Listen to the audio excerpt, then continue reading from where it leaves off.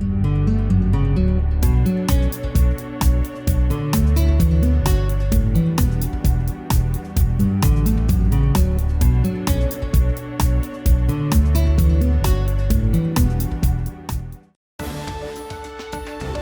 town of Farmington. Respecting history, planning the future.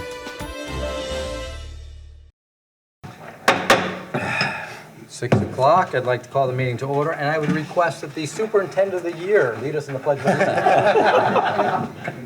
Pledge allegiance to the flag of the United States of America and to the republic for which it stands, one nation, under God, indivisible, with liberty and justice for all.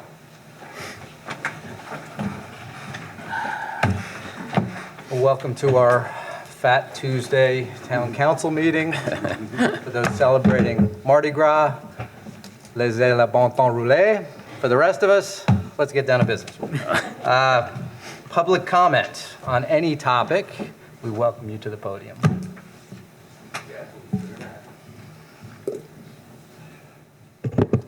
Jay Toolin, 39 Timberline Drive. I'm here tonight on behalf of the Human Relations Commission. First of all, I'd like to thank and express appreciation to the council for their support and approval of my appointment as chair at the last meeting. I believe there is an opportunity through the work of this commission to achieve some great things in order to raise awareness of human relations issues that exist in our world today. To that end, we met in September and had what we called a retreat to talk about our goals and objectives. We had many great ideas of things we'd like to do and how to achieve them. We talked about advocacy, compliance, educational programs, relationship building, networking, visibility, and outreach to the Farmington community. Ultimately, it was decided that we as a commission believe that conducting a needs assessment in order to gauge the Farmington community was the place to start. We're going to kind of go slowly and see where it takes us. This would also involve engaging the high school students as a part of the needs assessment process. Our staff liaison, Nancy Parent, and a member of her staff that specializes in needs assessment is working on a template that we're going to use. We hope to have this done by June. We'll see.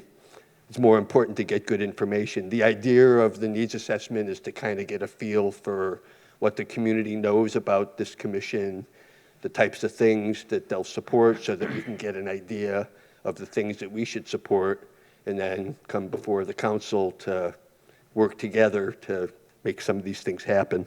Also, just to note, in the 2 weeks I've been the chair, I've reached out to several other communities just to see what their human relations commissions are doing. I'm planning on going to I was invited to come to South Windsor's meeting tomorrow night. I think I'm going to go. They have some interesting things on their agenda. Finally, I look forward to working with this council, with our staff liaison, Nancy Parent, and with our new council liaison, Joe Capodeferro, to move this thing forward.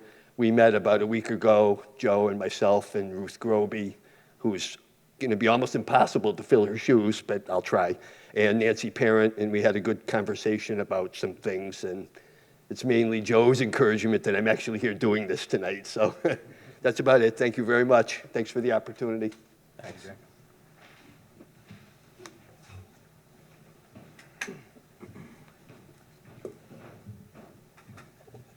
Good evening, everyone. Matt Hudfagner, 4 Deepwood Road. I'm just here as a parent, as a taxpayer, supporting the school's capital budgets. 6-year-old twin boys, and we're going to be here a while. So, capital and keeping up with capital is always a challenge, especially not only here at the high school, right? But our K-8 facilities have a lot of challenges. I want to make sure we keep up with those as well as obviously the high school. Thank you. Any other public comment? Seeing none.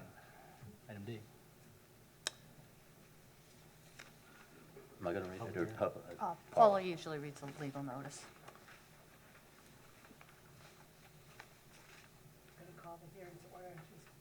Like to call the hearing to order.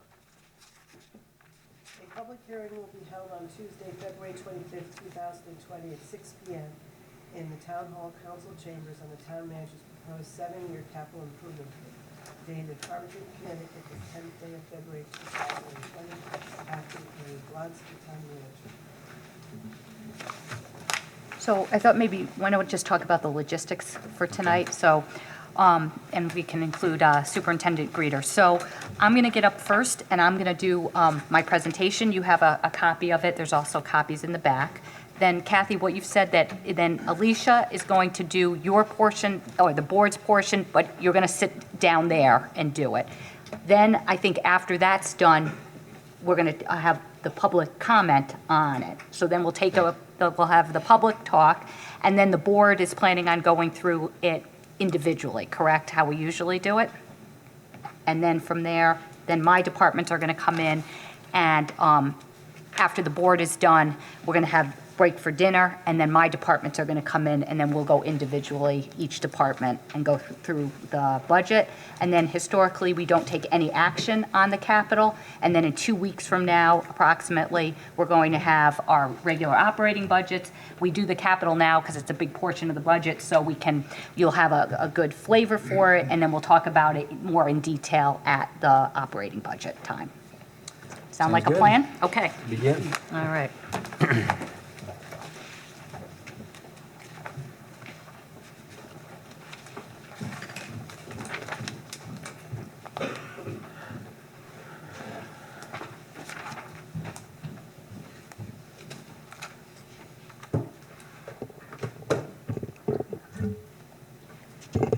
Good evening.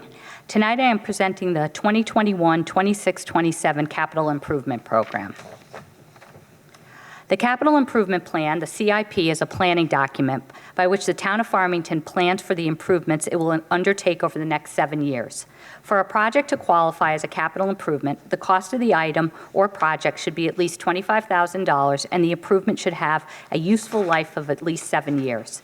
Equipment or projects which cost less than $25,000 or which have useful lives of less than 7 years do not qualify as a capital improvement and should be included as an expense in the operating budget. Although a capital improvement may have a reoccurring or ongoing operating expense related to its purchase or construction, that expense is not included in the CIP but is included in the operating budget. Projects in the CIP may be funded from a variety of sources: appropriations, bonding, a state or federal grant, or other sources of funds. Highlights of the town's capital improvement policy are as follows. The town will strive to maintain a high reliance on pay-as-you-go financing for capital improvements. The town's objective will be to contribute to the capital improvement plan at least 2.5% of the annual general fund revenues allocated to the operating budget. The capital improvement plan calls for the expenditure of $199,720,983 over the next 7 years. Of this amount, $41,095,983 is proposed to be funded through appropriations from the general fund. Bonding authorizations totaling $131,125,000 are also proposed. Other appropriations include anticipated state reimbursement for the Farmington High School building project totaling $27,500,000. Fiscal year 2021 of the Capital Improvement Plan calls for the expenditure of $141,835,983. Of this amount, $4,335,983 is proposed to be funded through appropriations from the general fund, and $110 million is proposed to be funded through bonding. $27,500,000 is proposed to be funded through other funds, state grants. The town's capital improvement policy and the town's strategic plan were the policy guidelines that were at the forefront when formulating the CIP, while focusing the appropriations into two main funding themes. These themes are equipment, infrastructure, maintenance improvements, and technology and communication initiatives. Equipment, infrastructure, maintenance improvements summary. Each year in the capital budget, we strive to make steady progress in this area. There is a continuous need to maintain the town's equipment and infrastructure, and these needs touch all departments. Each department has equipment and replacement plans that are funded in the CIP. This plan supports replacement of equipment throughout town. The critical equipment keeps our volunteer firefighters safe when responding to calls for service. It allows our roads to be properly maintained by the highway and ground staff. It also keeps our school grounds, parks, and golf course looking clean and ready to play during the warm weather months. Equipment replacement ensures the town's ability to offer high-quality services to our residents and businesses. Over the last several years, the town has been able to fund many of our equipment needs. This year, we continue to focus much of the capital funding in this area. The capital improvement plan proposes to fund equipment purchases for the replacement of turnout gear for the fire department, as well as a dump truck, a wing deck mower, and a bucket truck for the public works department. The plan also funds upgrades to irrigation systems and school fields. A computerized irrigation system mitigates water waste and promotes a more efficient use of resources. Infrastructure improvements are an important component of this capital plan. Funding is proposed in the first year for streetscape improvements on Main Street in Farmington. These funds will be combined with grant dollars for replacement sidewalks in accordance to the quality of life improvements recommended in the Village Center Streetscape Master Plan. The proposed capital improvement plan continues to fund renovations and or improvements to town-owned buildings and properties. Funding for the upcoming year is proposed to be continue funding renovations at the Stonehouse, the Town Hall, and to begin a significant renovation project for the 3 main fire stations. Technology and communication summary. In the 21st century, a town's technology infrastructure must be maintained. It must keep up with the rapidly changing world of technology as well as the expectations of residents and businesses. Townwide technology improvements as well as the improvements specific to the police department, fire department, and the town hall are proposed in this capital improvement plan. The capital improvement plan will provide funds to the police department for the replacement of video systems with current technology, for the purchase of remote surveillance equipment, and to replace servers that run the most critical police department applications. Funding to begin a multi-phase communication upgrade in the fire department is proposed. These funds will replace obsolete mobile and portable radios. Technology is constantly evolving, and the proposed capital improvement plan will also provide routine technology improvements to the town hall and other town facilities, allowing all departments to deliver public goods and services efficiently and effectively. Specifically, these funds will allow for the extension of our secure wireless network Wi-Fi to Staples House, Stonehouse, the highway garage, the water pollution control facility, and the fire stations. The fire departments will also see network and phone system upgrades. I will now review the budget in detail. Banking. Each year, the town funds capital accounts that are used as banking accounts. These accounts save all or a portion of the funds to plan for future infrastructure projects. In essence, the town is saving money to be able to pay for larger, costly projects. Examples of banking accounts in the proposed capital improvement plan include the Rails to Trails in the engineering department. Funds in this account are used for general repairs, with the majority of funds banked for larger future projects, paving and overlay. Farmington Village Center Streetscape Master Plan in the planning department. The funds in this account will be both banked and used for the implementation of the improvements for the Farmington Village Center Streetscape Master Plan. Technology improvements, Police Department, Town Manager, and Board of Education. Multiple departments requested funds for their individual technology accounts. Funds are used for specific technology projects, software operating system upgrades, network and phone upgrades. In addition, a portion of the funds are banked for a future project, server infrastructure replacement project. Proposed bonding and other funding. I will now summarize the first year of bonding proposed for a fall budget referendum. The first year of the capital plan proposes bonding for the Farmington High School building project. The town council set a net municipal project budget with a maximum of $110 million. This capital plan also includes $27,500,000 in anticipated state reimbursement for the Farmington High School building project. General Fund Cash Appropriations, Year 1, 2021. I will now summarize the department request for the first year of the Capital Improvement Plan. Board of Education. The Board of Education is recommending $2,490,983 for Board of Education projects. The Board of Education will be addressing these projects in detail after this presentation.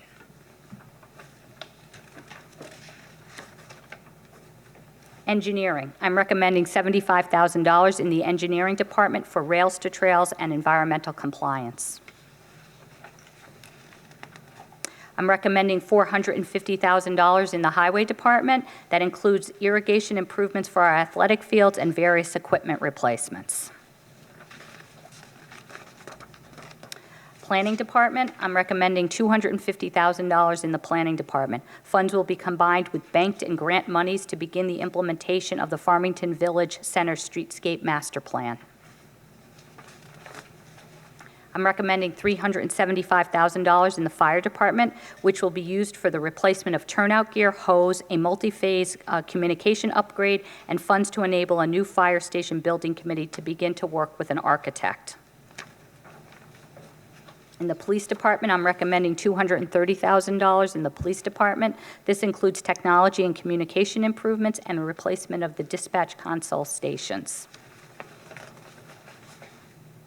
I'm recommending $340,000 in the Town Manager's Office. This includes technology upgrades, town hall improvements, reevaluation startup cost, and a land record reindexing. I'm recommending $125,000 in the Community and Recreation to continue renovations to the exterior and interior of the Stone House. The proposed general fund appropriation to support the capital improvement is $4,335,983, which is 3.76 of the proposed annual general fund revenue allocated to the operating budget. Based on the town council's improvement policy, the town's objective is to contribute at least 2.5 of the annual general fund revenues allocated to the operating budget. This capital budget has a significantly higher cash appropriation than previous years. This capital budget will allow us to make significant headway to meet the town's capital improvement needs, especially in the areas of equipment, infrastructure, maintenance improvements, technology, communication initiatives, and adheres to laws and compliance. The cost of maintaining the town's infrastructure through the CIP is a necessary expense that must be recognized. The needs for funds to maintain the town's properties, buildings, and equipment is often greater than the willingness of the town to appropriate funds to meet those needs. However, the cost of not maintaining the town's property, buildings, and equipment will have significant long-term impact. It may be tempting to defer a cost today to save money. However, the cost of deferred maintenance and repairs does not disappear. It accumulates and will likely increase in the future. I look forward to working with the town council tonight as we review my proposed capital improvement plan. This 7-year plan adequately reflects the needs of the town. Moreover, this proposed plan exceeds our policy guidelines and moves the town's equipment and infrastructure plans forward. I will now turn over the presentation to Alicia and to present the Board of Education's request. Thank you. Thank you.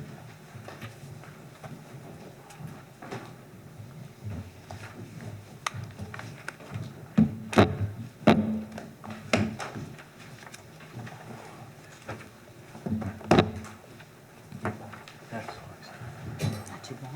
That was good.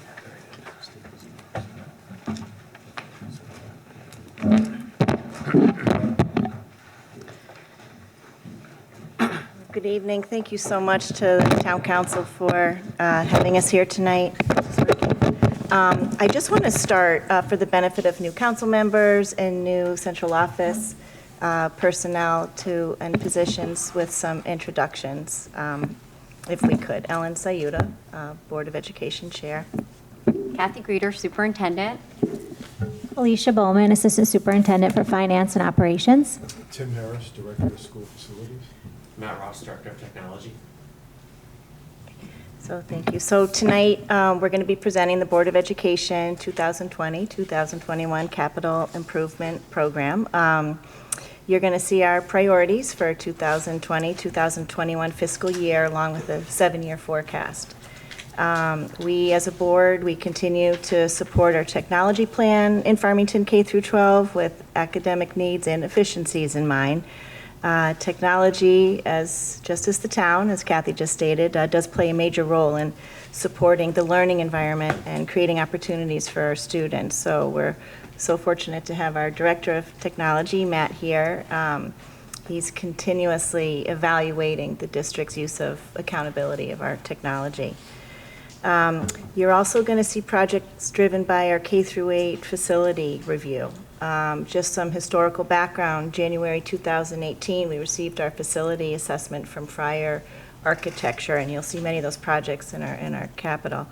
We engaged Fire to give us a better understanding of the challenges of our school buildings and what our options were going to be, what our costs would be, and to work with you towards solutions. And we engaged in this for evenings like tonight to be more transparent in the process to you all, the decision makers, and also to inform the community. So you will find these projects throughout our report. So with that, I just want to hand it over to Kathy Greeter. So I do want to begin by thanking the Board of Education members who are here, Town Council, and our community for supporting our K-8 review. Recommendations over the last 2 years, we've accomplished a great deal. This is done through this capital improvement program as well as our operating budget under major facility improvements and projects. So you're going to see some of those accomplishments on one of the slides. We really wanted to put that into the presentation so that you would see some of the outcomes of your work. And we also so the K-8 review was an important strategic improvement process that we engaged in collaboration with the Town Council and Board of Education, creating both short-term and long-term facility projects that address our aging facilities.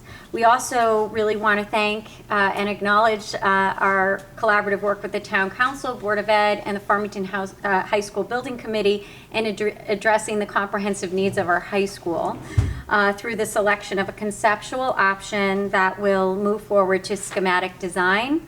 Our focus on facilities ensures that our school buildings reflect excellence and support Farmington's excellence in teaching, learning, programming, and outcomes. So each year, we use the K-8 facility review recommendations as a guide as we are developing our 7-year capital plan. We also meet with each head custodian and principal to ensure we are addressing the K-8 review, but also addressing items that may not have been identified in that report, but are emerging areas of need that are identified by the individuals who work in our schools each day.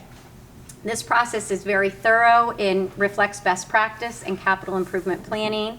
So now I want to hand this over to our Assistant Superintendent of Finance and Operations, Alicia Bowman, who will now go through the approved capital plan. Okay, so thank you. Do I need the mic? Oh, maybe for that. Okay. Yeah. So as Kathy said, this is really a strategic planning process that we engage in. We start with the facilities review, then our site visits, and then I think for the hearing, we probably should have you up go over the there. microphone. Okay. Yeah, and they'll hear better on the TV. Sorry. That's okay. Do I need that? Yep. Not trying to throw you off. No, it's fine. Thanks. Okay, it's actually a better view. So again, as Kathy said, we see this as a strategic planning process. It's a collaboration. It begins with the K-8 facility review, then our visits to the school sites, and then also our consultation with other professionals, the Farmington Police Department, CROG, which is a regional organization that helps us with safety and security, and other professionals. And then as a central office team, we prioritize the recommendations from the various professionals to develop our proposal. So this evening, we're presenting the Board of Ed approved capital budget for 2020, 2021, and beyond. So we spoke to this already. You'll see that similar to the approach that the town takes, we have our capital projects in buckets. In your materials, you'll see that there is a cover sheet that has the 7-year plan, and then behind that is each project. Some of them are recently completed projects, projects in process, and then proposed projects that have more detail behind them.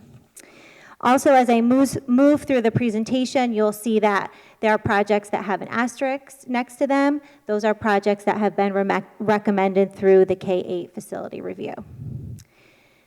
This is our overall Board of Ed approved capital budget, and it's delineated by buckets. Our total request is $2,490,983. We're going to start with technology, which is Matt Ross. I don't know, I'm happy to speak through it, or if you want to come up, you can too. Or if you want to speak from there. Yeah. Okay. I can come up. Okay. So, this year's proposed technology capital includes, the first 4 items are banking accounts within the technology banking account. Those are items that have shown up for several years to support server infrastructure, as well as network infrastructure, including wireless. Data room BCDR, business continuity disaster recovery, is an item that we're adding in this year in preparation for the high school building project to begin to make sure that Irving Robbins can be used as swing space for our server infrastructure, given the fact that as it stands right now, the data room will not exist if this project goes through in its current location. So we need to make sure that we have adequate power and backups in place at Irving Robbins for that time frame. Data rewire at Westwoods, again, a multi-year project. We've been working our way through the different schools. We started at the K4s, and we're up to Westwoods in terms of the next school to receive data rewiring. And there's some additional slides that go into more detail, but to give you the highlights of it, the wiring in our buildings is approaching the end of its useful age in terms of capacity or bandwidth. In addition, we're addressing code issues related to how that wire was run. It may have been code at the time, but it's not necessarily code now. So as we go through and replace that wire, it's being put in meeting code. We're also actually reducing the number of data ports in the buildings. Again, at the time that the buildings were rewired, it was accommodating small clusters of computers in each of the classrooms. That's no longer necessary. So we're able to create a little bit more efficiency in terms of space in our data rooms at the schools, as well as the heat load. The less equipment we have sitting in these data rooms, the less heat is generated. Classroom upgrades, again, a multi-year process, and there's a slide that follows the details. We're again continuing with Irving Robbins. This proposal will then finish out Irving Robbins in terms of our classroom AV upgrades, which includes projectors or LCD screens for teaching purposes. And it also includes work in the 900 wing at the high school. Much like we've been working our way through different parts of the high school, we have aging projectors at the high school. Some of them are in that 10-year time frame. We've worked our way through, and the projectors that we're putting in today are actually lampless projectors with a 10-year warranty. So these are, I know one of the questions that has come up in the past is, can we use those projectors in the future? And yes, we can. So even though we are investing in that 900 wing, that's to keep classes going, but we can reuse that equipment.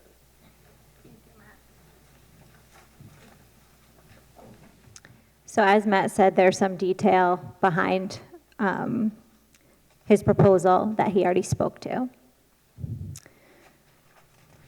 So next is the Noah Wallace partial roof replacement. This is to complete, this would be sections A and B of the Noah Wallace roof. These are the last 2 sections. They're 21 years old. And you can see there is a map that shows which 2 portions of the roof are in need of replacement. Next is district-wide mechanical, electrical, and plumbing. We have a series of projects in this bucket. Several of these are continuations of phased projects, including the IAR heat and AC RTU replacement. This would be the last of the student spaces needing AC at IAR. We have the Noah Wallace steam heat repiping, IAR preheat equipment for fresh air supply, bringing in fresh air and moving the air out. Building automation, also at IAR. We're proposing that Westwood's boiler room have cleaning and insulation of the piping. The Westwood's dehumidification project, which you've heard about previously, and funds for deferred maintenance due to the condition of FHS. And we have funds that we are banking for the IAR, a domestic water project in the future. Next is structural architectural. We're requesting $556,983. You will see in here, one of our proposed projects is the No Wall Steam Reheat. Oh, I don't know why this is in the wrong, the photo's out. This is for MEP, but this is what I just spoke to, the No Wall Steam Heat Repiping, the Westwoods cleaning and insulation of the boiler room, the IAR, heat and AC, and now structural architectural. I apologize for that. So these are also projects that have been mentioned previously. The West District CAF and corridor flooring, including in that proposal is funds for asbestos abatement, design, and monitoring if that is necessary. We're proposing an IAR corridor flooring replacement, East Farm soffit frame repair, and Union School entry door.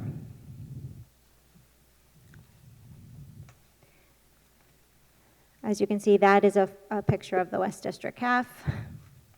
There's significant cracks and safety issues with the current flooring, and the same with IAR. The East Farm soffit repair is causing some leaking into the building, as shown in this picture. The next bucket is security. We're requesting $100,000.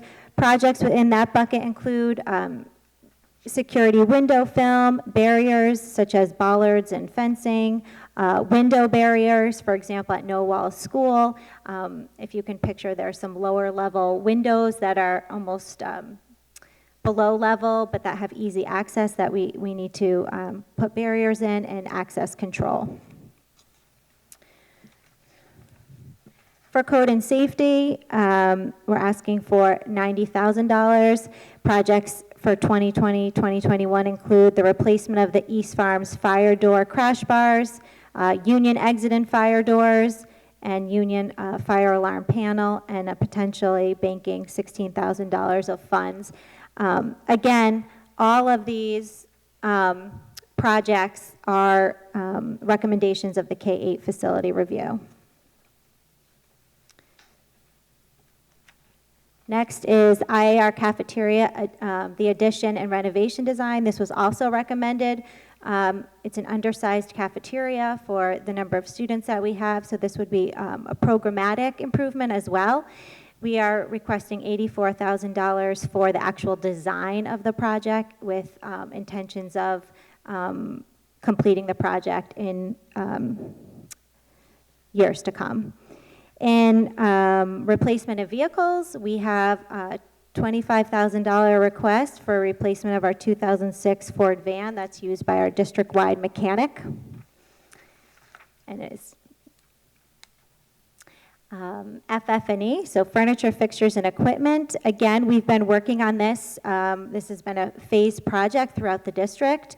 At our elementary level, we have second grade classrooms throughout the district remaining that would complete furniture upgrades at the elementary level. Next on our next school to address would be the IAR classrooms. As you can see, we are hoping to start with 5 classrooms. As you can see, the furniture that is at IAR is quite outdated and in need of repair. This year, we're going to be engaging in a review of our cafeteria equipment. 2 pieces of equipment that have come up, we've prioritized the FHS kitchen steamer, which is high priority in a high school kitchen.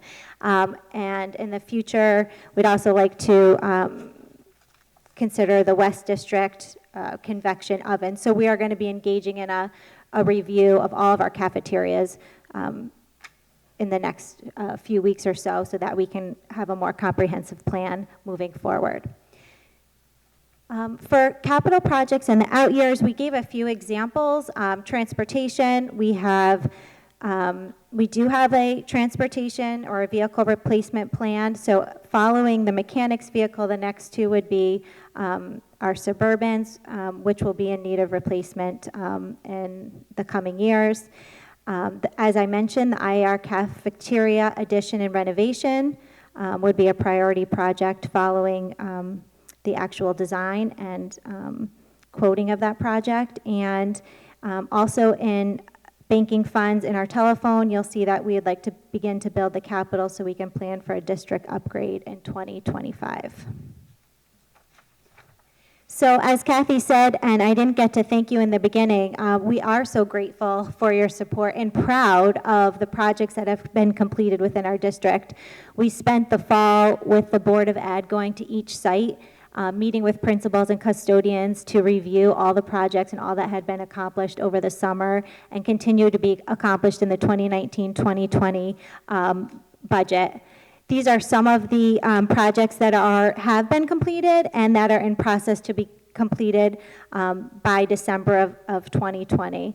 And it's quite a list. So I don't know if I need to read it to you, but I would say security vestibules at our elementary schools were clearly a high priority for safety and security, and we are proud that those are completed. We will be engaging in the work at East Farms this spring. And the West District office location was a huge project.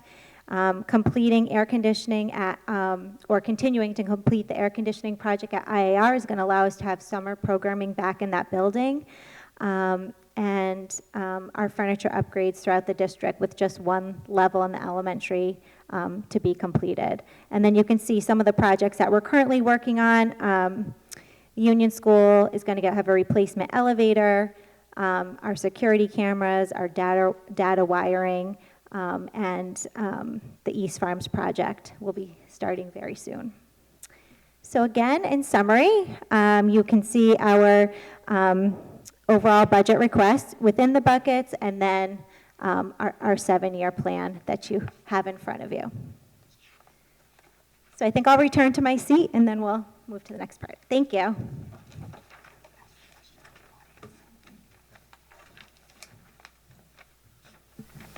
So public comment? Yeah. Now we would open it up to the public if they have any comment on this particular presentation. Seeing none. So we'll close the public hearing. Okay, we're closing the public hearing. Okay. And, okay. E? Hold on one second. Yep. Line item E1, to consider special topics to consider the fiscal year 2020-2021 to 2026-2027 7-year capital improvement plan. Second. So usually what you would do now is that you go through, ask the board any particular questions, go back and forth, and then after you're done with that, then we'll break for dinner, and then my departments will come in. Very good. Okay, so I'm just going to go in the audience, go from there. Okay, so questions from the council for the board on their presentation? Ed? Thank you very much for the presentation.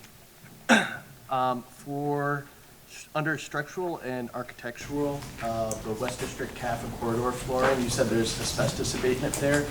Is that confirmed or just based on the age of the floor that it's pretty much guaranteed that there's going to be asbestos there? It's confirmed. It's confirmed. Yeah, Okay. it's a VAT, which is this vinyl asbestos tile, so as well as the mastic that's holding it to the floor. Thank you. We got one. Hi, everyone. Quick question. The major project we did at Irving Robbins, that was what, the boiler upgrade? What was that, 2 years ago? Yes, it was actually the heating plant replacement. Okay. There was well, actually, there's 4 furnaces in 2 different furnace rooms. It was from 1959. Yeah. And they heated the building. They were basically just hot air furnaces. We replaced them with rooftop Units. VRFs. Yep. Which allowed it to heat and cool those spaces. So then in your presentation, the IAR heat ACRTU replacement, are these in different parts of the building? Yeah, that's a great question. You're right. The heating plant replacement was for just the 1959 section, which was basically the majority, it's still the majority of the building. Yep. So then there was an addition in, I want to say 96, where they added the 7th grade Yep. wing and the administration offices in the guidance area. Those had their own standalone rooftop units that were heat-only gas-fired units.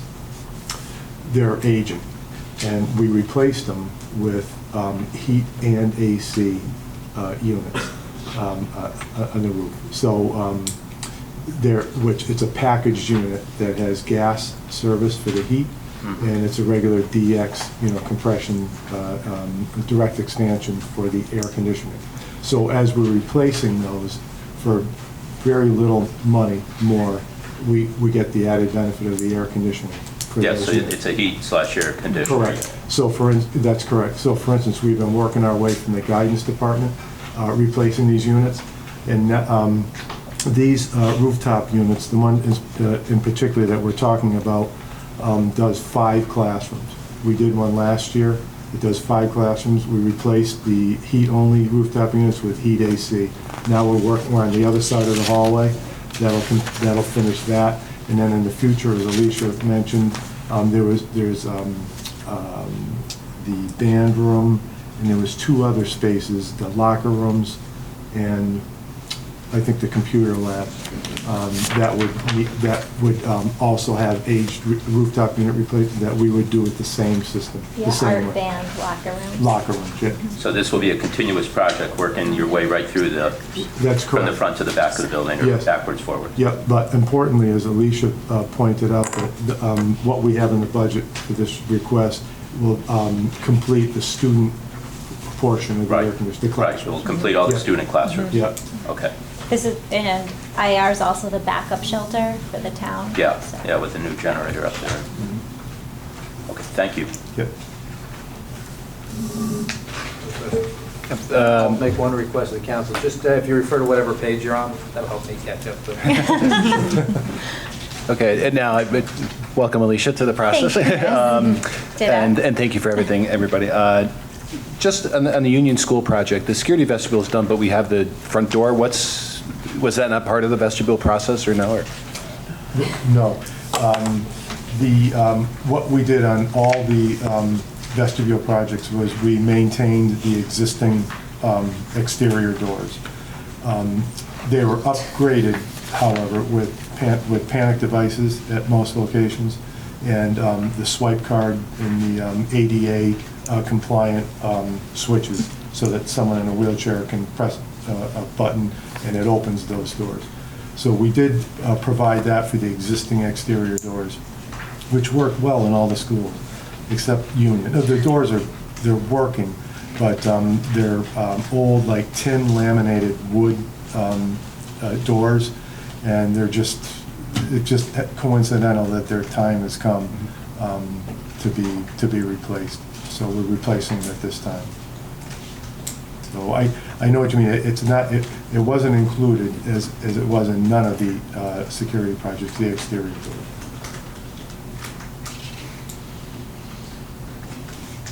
And Matt,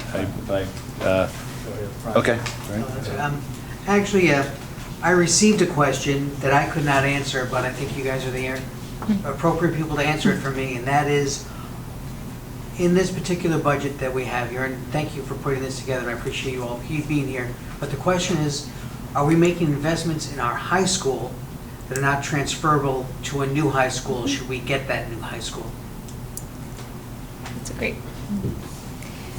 So anything that we are, when it comes to anything that we are upgrading at the high school, the plan is, if possible, it would be either repurposed in the new school or in one of our K-8 facilities. So we're going to look at that through that lens in all aspects of the current high school as we move, if we are successful, we would do that in every aspect, whether it's furniture or major equipment.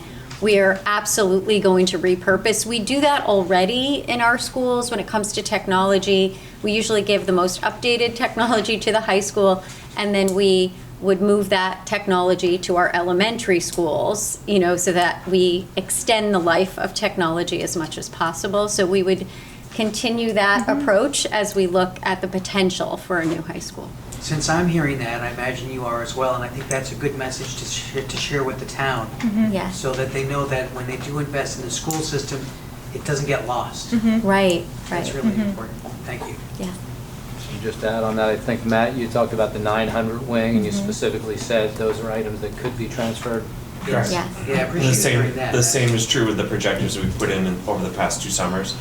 Those are the same lampless projectors that they have a 10-year warranty on them, so they can easily be moved. Yeah. On the No Wallace roof replacement, is the town, or is the state still giving money to the schools for roof replacement programs? Yes, for major repairs, we get 30%. So would this reimbursement from the qualify? state. I Absolutely. would say. Yes. So what's the, I don't know, ballpark you think you would get back on this? We Is it had, a we certain had about, percentage? yes, right now our estimate for a 30% reimbursement was around 83. Oh, so it's 30%? Thousand and change, yeah. Okay. All right, just, that was, Of eligible. eligible. Yes, Right. yes, sorry, Eligible. yes. Thank you.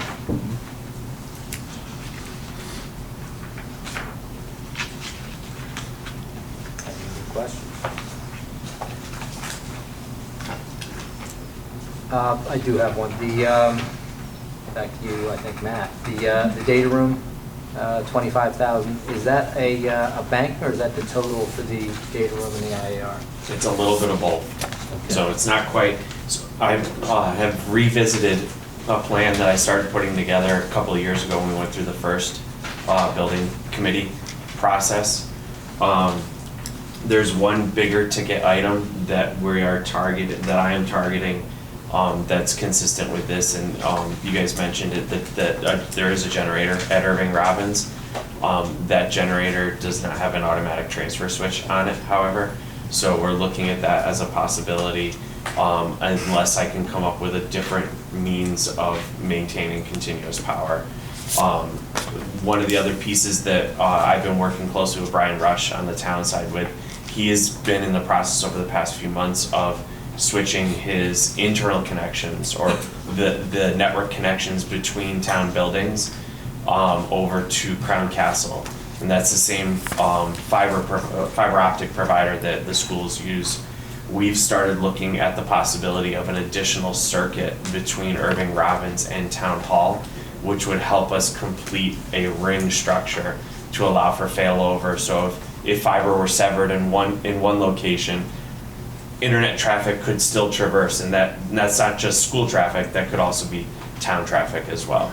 So it's a little bit of both. I have some hard things that we're looking at in terms of expenditures, but it's also somewhat of a planning process as this building project evolves and we look at the staging. Because again, the heart of the school district's infrastructure is currently in the 700 section of the high school building.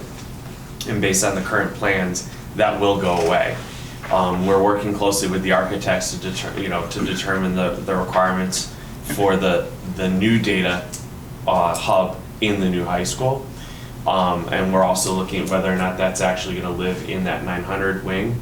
Brian and I are working to figure out what's going to move down here to Town Hall, but the other half of our infrastructure today does already live over at Irving Robbins. So it's all part of a plan to make sure that we keep things up and running. It's important. Without getting too technical. Appreciate it. Joe? Quick question, like Peter said about the money coming back for the roof, anything else within the budget that money's coming back to us from CROG, state, federal, that we're not aware of? I don't think so. Yeah, we don't have a project now that would be eligible on board other than that roof.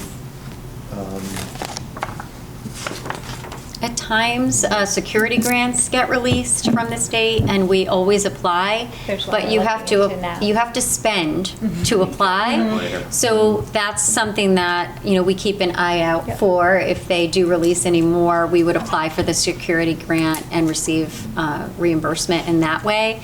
But right now, that's not available, but we have been successful in a couple rounds of getting that grant funding. So we always keep an eye on that. Or energy efficiencies, what grants in that area? Oh, yeah. Energy efficiency Yes, grants, yes. We're always looking. Thank you. Mhm. Have one more. Go ahead. Just a clarification, on page 15, the Westwood's cleaning and installation of boiler room piping. Is this potentially a asbestos thing? Is this a mold thing? Looking at the Yeah. Right. pictures? Yeah. What happened at Westwood's when the, I'm trying to keep this story short but concise. When the building was built, it's a two-pipe system where it's either heat only or cool only in the building. Buildings are designed nowadays for dehumidification, where you can run heat in the summer to reheat. Well, let me back up. The Westwoods dehumidification project. Okay, to get to the answer you're looking for, there's high humidity in that area of the school. This dehumidification project, what it does is it adds boilers up in the air handling suites. They're small boilers, but they add heat back into the space to collect air, to collect moisture through the air. And then it raises the temperature of those rooms, which the building automation calls for cooling. So it draws the moisture out of those spaces. It draws the moisture out. Right. Preventing- Otherwise, you would just have a cold, clammy room. Yeah. It's not dehumidifying, because subterranean rooms, as you know, in your Yeah, basement, yeah. is like 55 degrees or so. It would never call for air conditioning because it's already cool.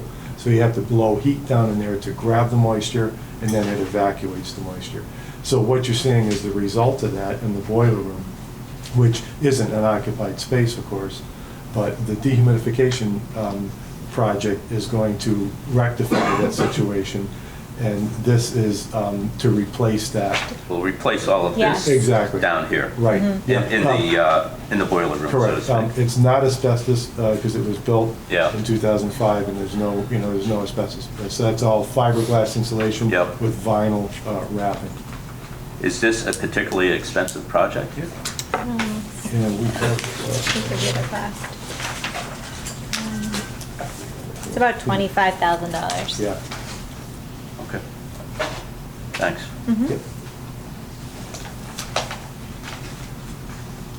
Just one question on the furniture and fixtures. And that's split, what is the split roughly between the second grade and the IAR? Five classes.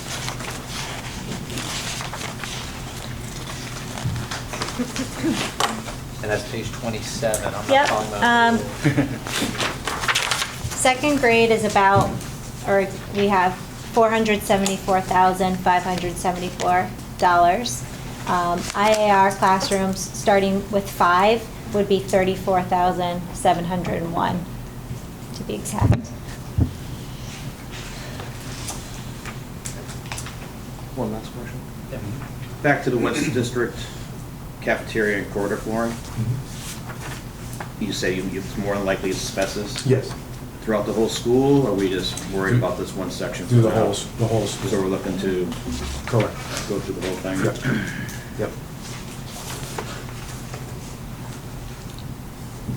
Page 12, on your automation. The automation, it's an upgrade we're doing.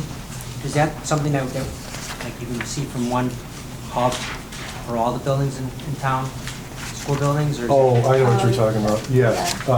Well, yes, it actually ties into that. So some spaces, like for instance at Irving Robbins, where we put in the new rooftop units, we worked into that project, adding that onto our building automation, control. So automation upgrades, let's say a school has they all have, we're all remotely, we can, access the schools. Some are more rudimentary than others. You can control one section of the school. By adding control points, we can actually reduce energy use by controlling them individually.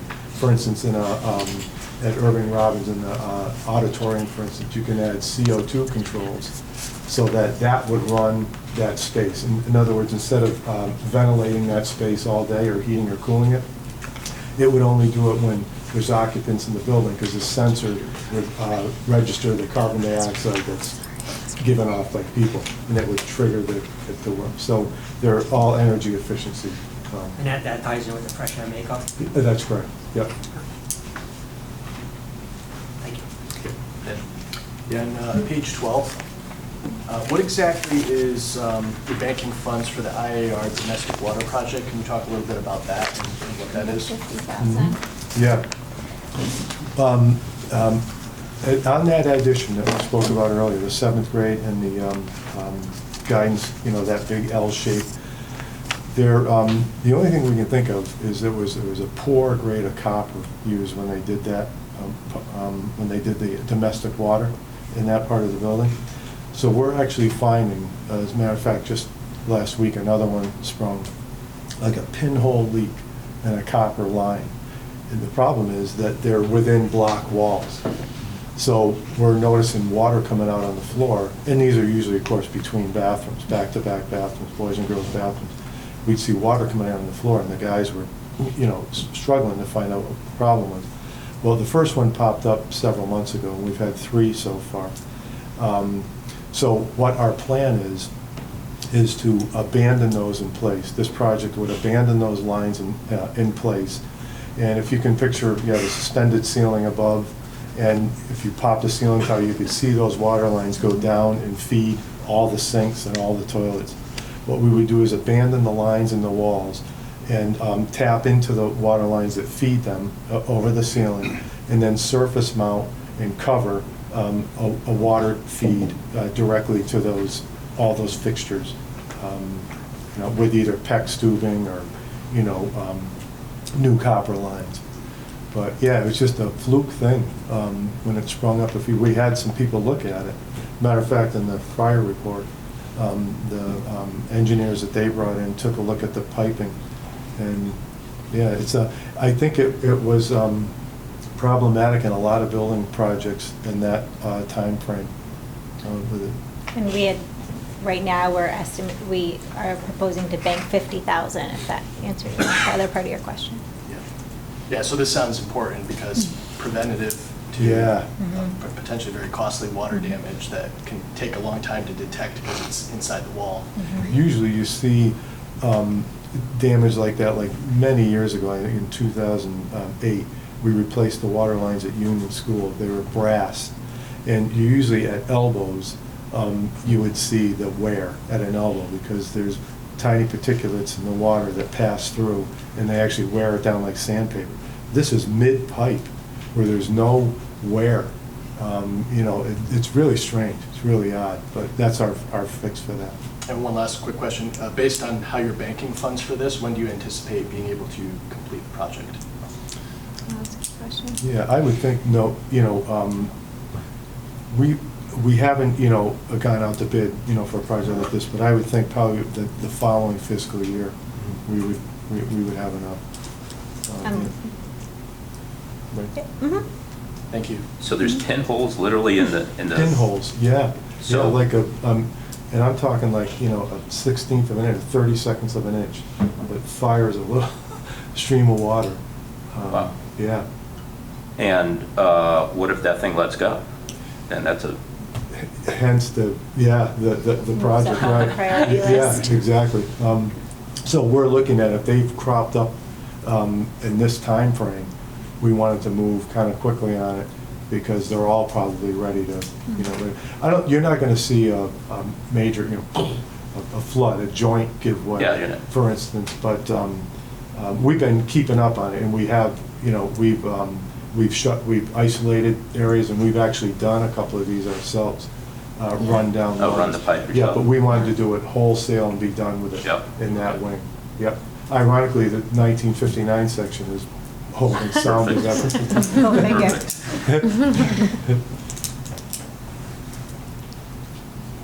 Any other questions for the Board of Ed? I think that's all we have. Thank you very much. Thank you very Thank you. much. Appreciate it. We will now take a break for our dinner. We're back in session. Kathy, I will turn it over to you Okay. for your reports. I think it would be helpful if everyone took out this document. This is our plan. We can start working off of this. We are going to start on page C4, which is the fire department. I'm going to ask Steve Hoffman to come up. And Steve, why don't you do some introductions? It's Chief Rich Higley from Tunx's Hose and Chief Mike Rebulis from Farmington. And I'm Director of Fire Rescue Services for the whole town. So we're on page C4, and this is the fire department. They have, hold on, my stuff. We're working off of the column for the requested under 2021. They have $375,000 of request. I'll just briefly go through them. The first item is $50,000 in turnout gear, and this will be, funds will continue the replacement plan for turnout gear.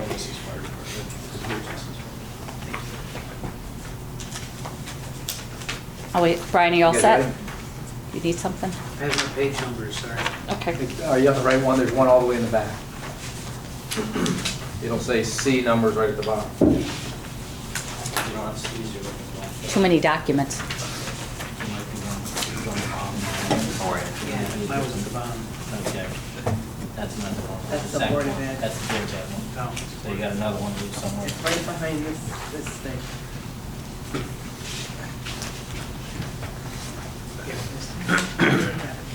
Here it is. You can have mine, and you can just go right on it.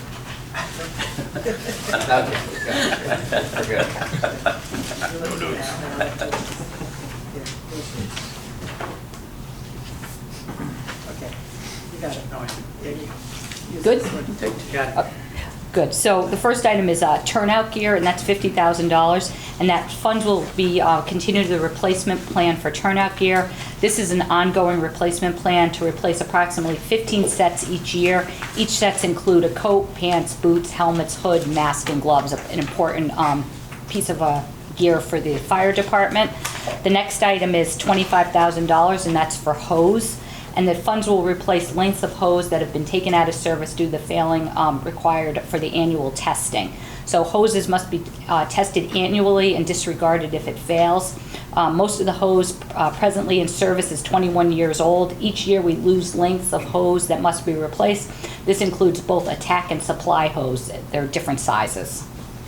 The next item is communications upgrade, and that's $150,000, and funds will begin the implementation of the multi-phase communication replacement plan to replace and purchase mobile and portable radios.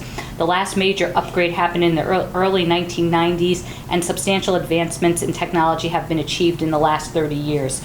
If you go back to your sheet C4 again, you can see that on out year 21-22 and then 22-23, I broke that into a 3-year program for the radios at $150,000 each. So this is doing a section of the radios in this year, then the next year, and then the following year. And then the last item on the request is fire stations renovations, and we've spoken about this in our strategic plan meeting. It's $150,000, and this will funds will enable the building committee to begin work with an architect. The first step of getting a building project off the ground is to allow the future building committee to hire an architect to begin design work. These funds will assist the committee prior to a referendum question for an approximately $11 million project. And again, if you go on your C4 again, you could see that you have fire station renovations at $150, and then the out year out is $11 million out. The one item that I would ask Stephen to just kind of talk about a little bit more is the communication, the radios and things like that. So why don't you give them kind of what that's all about? More or less the portable radios and mobile radios and the apparatus. It's been a while since we've had a large communications upgrade since the 90s, which was the last substantial upgrade. Clearly, technology has advanced a lot since then, so we're looking to replace our older units, our older radio units, both mobile and portable, and also provide portable radios for those seats on the apparatus that no longer or do not have portable radios. Every seat in a fire truck should have a radio, portable radio that a firefighter can use on the fire ground, so they always have communication. It's a big safety thing. And right now, our fire trucks are missing portable radios for at least 2 seats on every of the large apparatus. So we're looking also to additional portable radios in those locations. We're also looking to enhance our mutual aid communications with cross-patching with mobile radios, which is at 800 megahertz, so we can talk with our mutual aid partners. If we go mutual aid or they come to us. Because right now there's a lot of upgrades going around in the neighboring communities, and for us to communicate, we either have to have the MCV, which is a regional asset, or we have to have a portable from that department to talk to them on the radio. So this would allow us to show up on scene and utilize a cross-patch and talk through our radios, but also onto their radios and hear what they're also transmitting back. And Steve, is there anything between these radios and the police department radios? No, we can't talk to the police department because they're on a different frequency, but they're 2 separate. But as far as the dispatching goes, that's all interoperable. Their upgrades will still be able to talk with our portables and vice versa. I've talked to dispatch communications supervisor, seeing what plans they have as far as upgrades into the future, and the portable radios that we're looking at can also be upgraded to digital if down the road legislative statute or some requirement said that we had to go digital. We would be able to do that with the units that we're looking to purchase at less of a cost because we wouldn't have to replace the whole unit. We would just have to upgrade those units. But obviously you would work with the police department and the fire department and everyone before you Correct. embarked on this.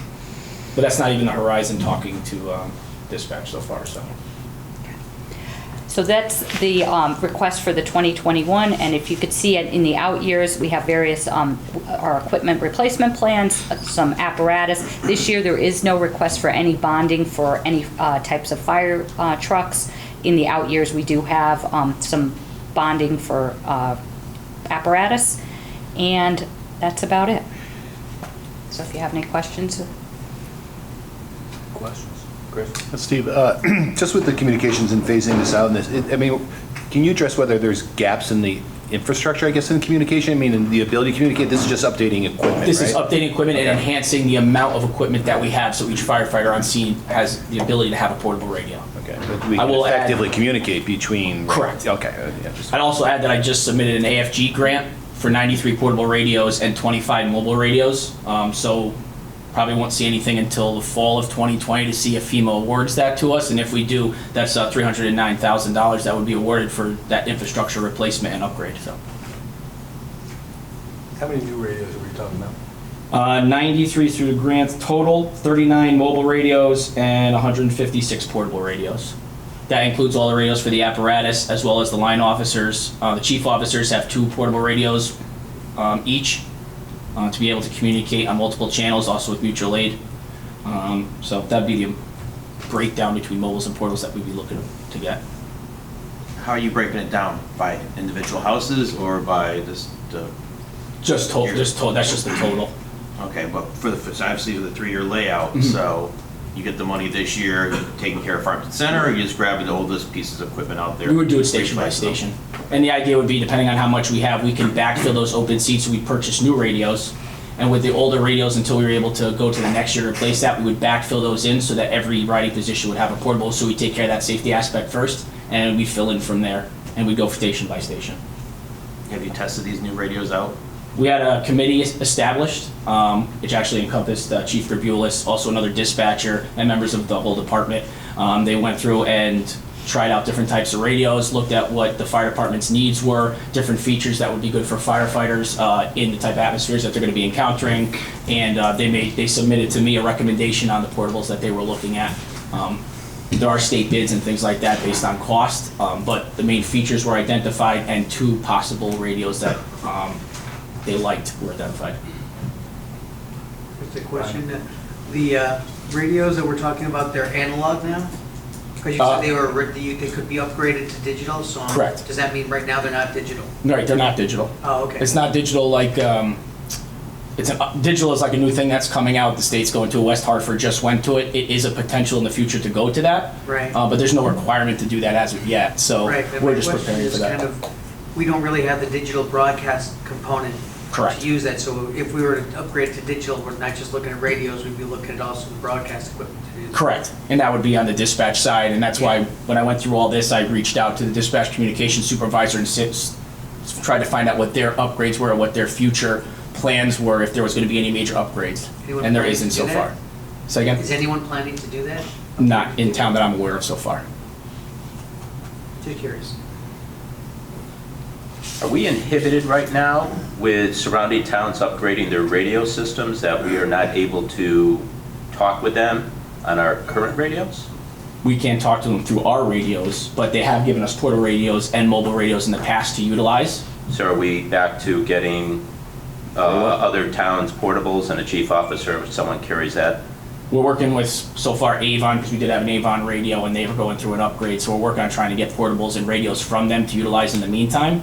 But we also have the ability to use the MCV, which is a regional asset out of Farmington PD, if we really need it with stocks boxes and all that. So we have the ability to call out a resource if we need it. Yeah, but that's for a big event. Correct. But for your average structure fire water supply, we still would have to, we don't have that capability from engine to engine or portable to their office or anything like that. Without their portable radio, with their upgrades, correct. All right. One other question, on the new technology for these portable radios, do they have GPS capability in them for accountability or anything on this? I'm going to ask Mike Rubio, because he was on the committee. Yeah, the Kenwoods we looked at do, and I believe the Motorola's do as well. It's a feature that can be activated. So if the guy doesn't give his tag up front, but he takes the portable and turns it on, yeah, I mean, there's somewhat... a lot that we'd have to look at as far as making sure it's actually accurate and things like that. But yes, the Kenwoods, the Viking we looked at and recommended did have GPS in it. But I'm sure there's another component to that you would have to have corresponding software or iPads or something just for that. I think you can put them on laptops and you'll be able to pull it up. I don't know how accurate they are or anything like that, but that is another component that we probably have to spend some money for if you went that route. And are we still having dead spots with these helping, with the new radios helping the dead spots in town? The communications upgrade that was done over the past 3 years, it was the accumulation of 3 years capital. Right. That should be implemented in place by January 2021 at the latest. The build-out is occurring through Motorola right now, which would assist in the Lake Garda region as well as West Farms Mall. And that's on the police side Yeah, of that's on the communication. police side. And that's separate of this. Yeah. So when those upgrades happen, that would definitely help us too, because right now Tungus can't get out of that Lake Garda area. Yeah, through the a Lake portable Garda, radio. right. Would the Kenwood and the Motorola system be now compatible? Yes. Or would you have to buy additional stuff to make them talk to each other? No additional.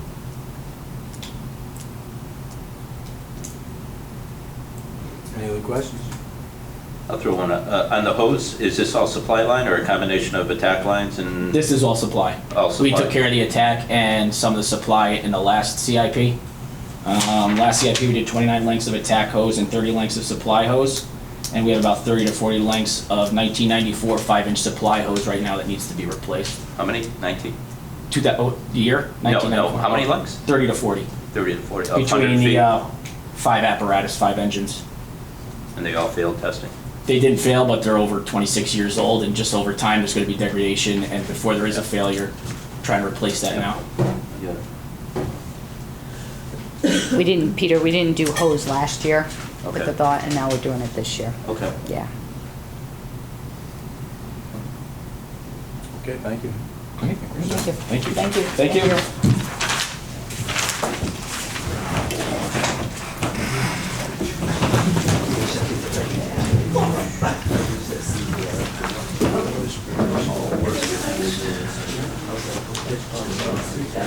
Russ, are you gonna start? You can start with Scott, or?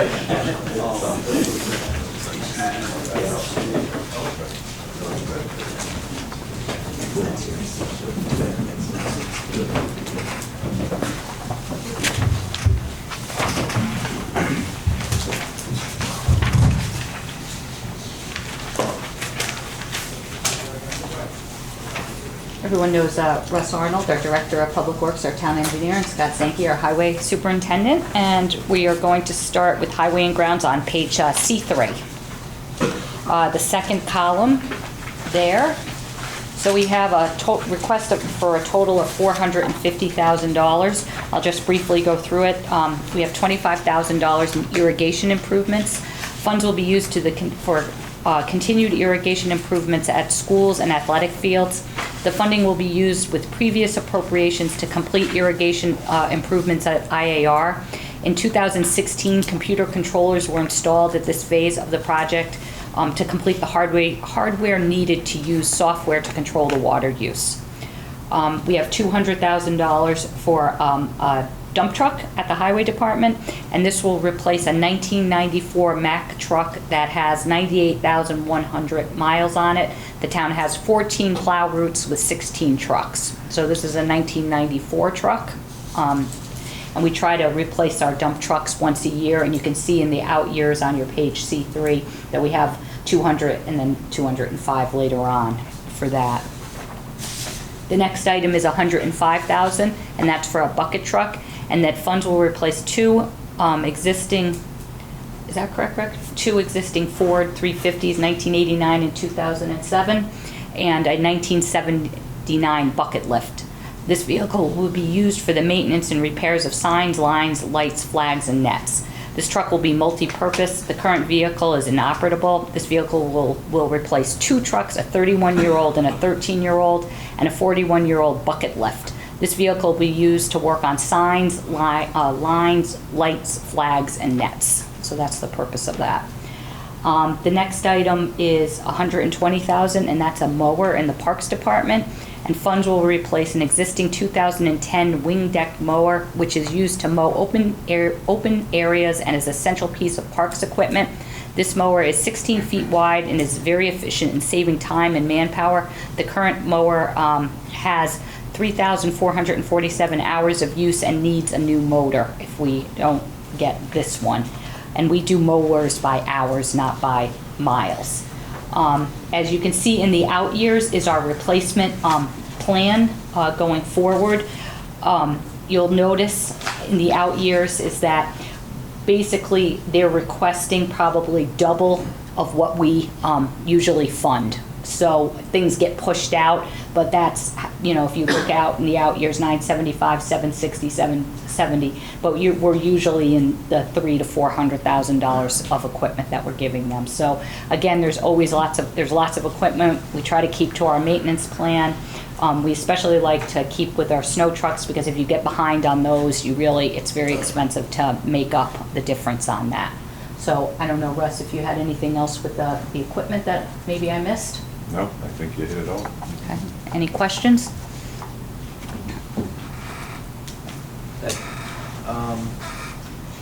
Out in projected 2024, 2025, the Parks Maintenance Building, the $1 million there, is that for, when we went on the tour, is that the first building that you showed us, or is that the second building? That was the last building. The last building, The metal building. Yeah, so if you're facing the Highway Department, it would be on the right-hand side. Right. Yeah, the one we walked down to. Right. Yeah. Okay. The one that's like a big shed. Right. With the rotting timbers. What year is that mower that needs to be replaced? That's 2010. Is that we averaged for that, or? It's the first one we've had of that type, the hydrostatic mower. A rotary mower similar to what you'd have in your yard, but we can mow 16 feet wide and do approximately 15 acres an hour. We get into the open areas. So it's a big time saver. Travels over the road, so there's no trailering. Put a guy in it 3 days a week and he's off and running. Do you think you have more life expectancy with the new ones since there's not going to be, as all the bugs are worked out of the ones that you had before? You're pretty much the life average of a piece of equipment like that. The motor, we've been babying along for the last 2 years. We had this in the budget last year, which got pushed out. We know this one was in a certain year where a bad motor was put into these. Right. You're But, saying, do you think the new ones will have a longer expectancy, or I had to get those hours? We'll know 10 years from the new one. Or 8. Look at 10 years, that's a lot of time for that mower. Yeah. It's mowing 3 to 4 days a week from April to November. You're basically doing all the bigger, is it down at Tungus Mead? Tungus Mead, that's all the schools. We'll do any high cutting. If we get behind Tungus Mead, we'll send that down, and we'll cut that down and then take over with the finish mowers for the fields. It does everything but the athletic fields. The town hall here, the library, the lower field below the high school, all the practice fields. And we have- around all the athletic Yeah, fields. and we have one. Right. One. Yeah, Scott, just to refresh my recollection from the tour we had, the 94 truck, that's the oldest one in the inventory, or? Correct. Okay. We've got 5 trucks that are over 20 years old. They should be running antique plates on them. Okay, no, thanks. Can you give some more insight on this bucket truck? Yeah, since, back when I was in Glastonbury, I traded the lift, which was on the deadline at Glastonbury for 3 loads of salt that came to Farmington. And little did I know it was still here when I came. Good horse trading. Yeah. The lift itself is battery over hydraulic. It got put onto a service truck that was here as a sign and line truck, and that's the Ford. Right now, it's deadline. We can't get it certified. It's gone past its useful life. We are now in the light business. Every time we have to go out and repair a street light, a bucket truck's needed. Annually, we hire my tree company to go and put the nets up at the softball fields at the Mead, take them down in the fall. We do lights, the lights, the nets, and then any signage and light tree work type of stuff. Daily use of that will be my signs and lines guy who does all the painting, the crosswalks, stop bars, and the parking lots. So primarily under his use, but when we needed to do a street light, we'll go with Joe to go get the street lights done. When you say street lights, you're talking about anything on the school properties or town owned? No, we own all the town. all the time? Street lights themselves. Really? Plus parking lot lights. Okay. Yeah. That's an initiative we took on. We've taken that last over year. from Eversource, so any of the street lights like on Judson Lane, the single pole, the decorative head on them, we're trying to get into a program to start replacing the older wood posts. Big money is when that wood post breaks and an $800 head hits the ground, that's no good. We've still got to replace the post, so we're trying to get ahead of things. So when we went into that light replacement or street light replacement plan, there was, for better terms, no maintenance with the contractor we started with. We do. We have a maintenance agreement with them, but it's cheaper for us to do it It's cheaper for us. ourselves. Yes. So I ask this, is it cheaper to have them replace bulbs or maintenance or light fixtures versus buying a $100,000 truck? No. No, because the truck is gonna last us, as you can see, a minimum of 20 years. A truck like this will probably be 30 years before it gets replaced. And you've also we've got 3 poles struck on Judson Lane this year alone. Where we can get out and change that pole the next day, get the light back up and operable. Well, I gotta ask because someone's gonna ask. That's a good question. We're trying to work this between 2 or 3 different, it'll be primarily signs and lines truck, but when we need to go do a light and we gotta put the nets up, it's going and getting that stuff done. You said certified. Does a truck like that need to be annually inspected for the lift and everything? Yeah. Okay. Just a follow-up question to that is, did you say that this truck was going to replace 3 trucks? 2. 2 trucks? I've got How a truck, so? I've got a truck down at the parts department, which is used to take their paint machine around and do the Oh, athletic that's what you were fields. referring to. So what I'm gonna do is take the present sign and line truck, which is in decent shape, move that down to the parks department, get rid of the old bucket truck plus the or the line truck at the parks department. Those are the 2 trucks that will go down the road. Okay. The existing sign and lines will go to parks, the new truck coming in will stay with the highway side. and it will be available to do all that work. Correct. That's what it'll be scheduled for. Any other questions for Scott? But just one more, that oldest dump truck, the 94 Mack, that's still on the road? Yes. Okay. The one thing I didn't mention when we were, and I don't know why I forgot, but when we were talking about the SEER system, the salt spread system. Yeah, right, that doesn't have it. Correct. All the trucks that we have on the main line have the Sierra system now. So what happens by 6 hours after the snowstorm, Kathy gets a report from my office, it's how much that storm actually costs us. There are no surprises that we're running out of funds. I give for the amount of miles that we ran, the amount of salt that we used, the cost of the salt, right down to meal tickets, our labor costs, and Joe knows, our overtime costs, plus our straight time costs. We know when we're getting down and we got to put the brakes on things. There are no more surprises anymore when it comes to snow budgets. And then how long we had that system? Sorry, how long we had that system? Oh, yeah, about 6. It's great. It's a money saver. Yeah. Well, let's follow up on the dump trucks. Do we pay for that, or do we get on top of the state bids, or are there trucks we buy through that? How does that work? Those all go through state bid. They all do? Yeah. All the trucks do. Okay. Basically, any piece of equipment that we buy goes through the state. Goes through a state bid. It's either state or the new one out now is NJPA, which is a federal bid. Yeah. Which most of the bigger companies are going to, getting rid of the state-by-state bid system. Just going to a federal. You know, your national companies, John Deere International, they're going to an NJPA. Okay. Thanks. One last one about the mower. To invest any more money into it, a waste? Unknown. It's like doing a heart transplant in a 103-year-old person. It's, you know, Everything else is we've gonna got, fall apart.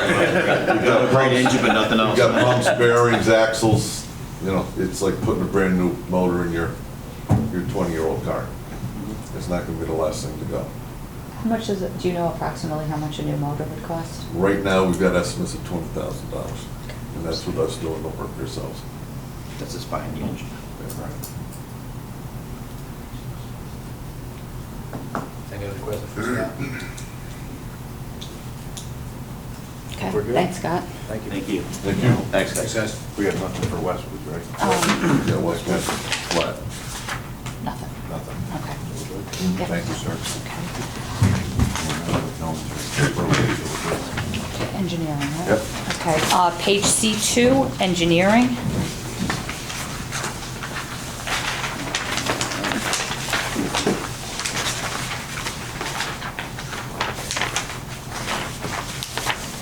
So engineering, we have a total request for $75,000.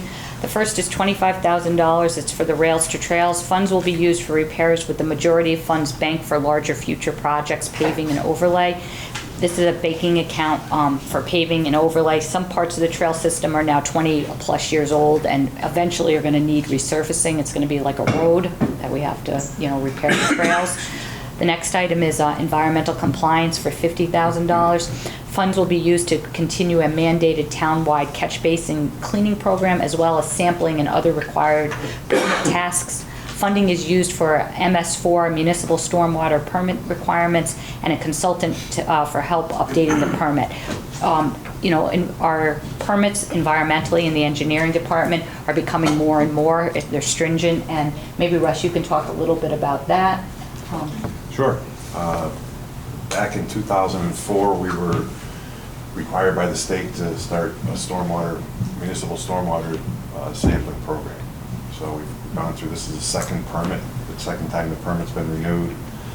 We have to go through and we had to map all of our outfalls for our stormwater. We have about 400 outfalls that discharge throughout town that we're responsible for. We have to go and inspect every outfall. We have to inspect every catch basin, which we have about 3,600 of them. So they all have to have an inspection. They have to be technically by the permit. They're supposed to be cleaned every year. Financially, I don't know of any town that is doing that, just because of the time and the costs that it takes. We've gone through and done our catch basins now twice in the past 6 years, so we're in a pretty good setup where we are, especially switching to the straight salt winter ice removal program, so we don't have any sand getting into our catch basins anymore. So we're collecting a minimal, a quarter of a yard of material maybe, and that's basically from leaves, sticks, and any other debris that gets into the basin throughout the year. So as part of the other inspection, we have to go and inspect for no flow, any flow. If there's flow and it's a seasonal flow, it doesn't have to be sampled, but it needs to be sampled if we suspect something. If it's a regular flowing discharge, we have to sample it. The parameters now, it's basically like they're out geared towards, they want the stormwater to be as clean as the treatment plant water, of which there's a lot of factors that go into it.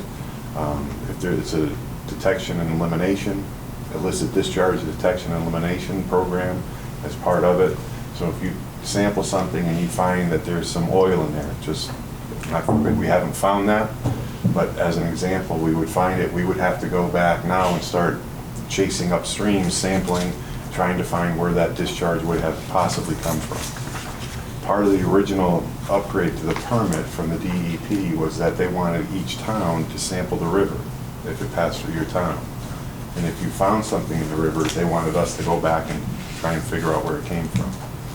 Well, we fought that, and we fought it, and we won it. Not us alone, but a lot of towns with rivers flowing through it, because from where the river turns north in Farmington at the cemetery in the meadows, we have about a 432 square mile area that I would have to go and figure out where some droplet of oil came from. So that's just how vast this has become.